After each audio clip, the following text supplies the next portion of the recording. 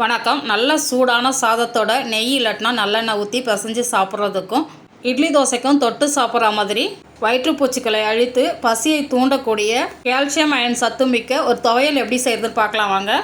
இந்த துவையல் செய்யறதுக்கு அடுப்பில் ஒரு கடாய் வச்சுட்டு 1 டேபிள் ஸ்பூன் அளவுக்கு எண்ணெய் சேர்த்துக்கலாம். எண்ணெய், கடலை எண்ணெய், நல்லெண்ணெய் இது ரெண்டுத்தில் ஏதாவது ஒன்று சேர்த்துக்கோங்க. எண்ணெய் நல்லா சூடானதுக்கப்புறம் 2 டேபிள் ஸ்பூன் அளவுக்கு உளுத்தம்பருப்பு சேர்த்துட்டு இதை மீடியம் ஃப்ளேம்லேயே நல்லா வறுத்துக்கலாம். உளுத்தம்பருப்பு பாதி அளவுக்கு செவந்து வந்ததுக்கப்புறம் 3 காஞ்ச மிளகா, 3 பச்சை மிளகா சேர்த்துடலாம்.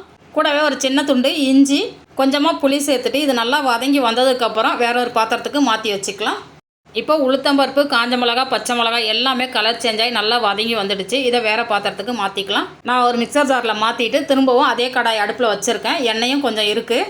இந்த எண்ணெயிலே ஒரு 3/4 கப் அளவுக்கு பச்சை சுண்டைக்காய் சேர்த்துக்கலாம். இது நல்லா வதங்கட்டும்.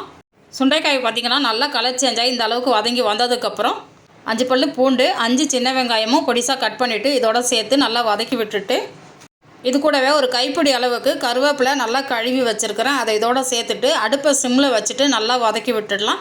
கருவேப்பிலையோட பச்சை வாசனைலாம் போயிட்டு நல்லா வதங்கி வரணும். ஆனால் கலர் சேஞ்ச் ஆகக்கூடாது, பச்சை கலர் அப்படியே இருக்கணும். இப்போ பார்த்திங்கன்னா கருவேப்பிலை, சுண்டைக்காய் எல்லாமே கலர் சேஞ்ச் ஆகாமல் நல்லா சூப்பராக வதங்கி வந்துடுச்சு பாருங்கள். இப்போ ஸ்டவ் ஆஃப் பண்ணிவிட்டு 2 டேபிள் ஸ்பூன் அளவுக்கு துருவின தேங்காய், கூடவே இதுக்கு தேவையான அளவுக்கு உப்பும் சேர்த்து ஒரு முறை நல்லா கலந்து விட்டுடலாம். இது நல்லா ஆறுனதுக்கப்புறம் மிக்சர் ஜாரில் கொஞ்சமாக தண்ணி சேர்த்து கெட்டியாக அரைக்கணும். இப்போ இது நல்லா ஆறுனதுக்கப்புறம் அரைச்சிட்டு காமிக்கிறேன். இப்போ சுண்டைக்காய் கருவேப்பிலை துவையல் சூப்பராக அரைச்சி எடுத்துகிட்டு வந்துட்டேன். இது ரொம்ப நைஸாகவும் அரைக்கக்கூடாது, ரொம்ப கொரப்பாகவும் இல்லாமல் மீடியமாக அரைச்சி எடுத்துகிட்டு வந்திருக்கேன். இந்த துவையல் பார்த்திங்கன்னா டேஸ்ட்டு ரொம்பவே அட்டகாசமாக இருக்கும். கட்டாயம் ஒரு முறை ட்ரை பண்ணி பாருங்கள். இட்லி தோசையோடு சாப்பிட போகிறீங்கன்னா எண்ணெய், கடுகு, உளுத்தம்பருப்புலாம் போட்டு தாளிச்சிட்டு கொஞ்சமாக தண்ணி சேர்த்து அட்ஜஸ்ட் பண்ணிக்கோங்க.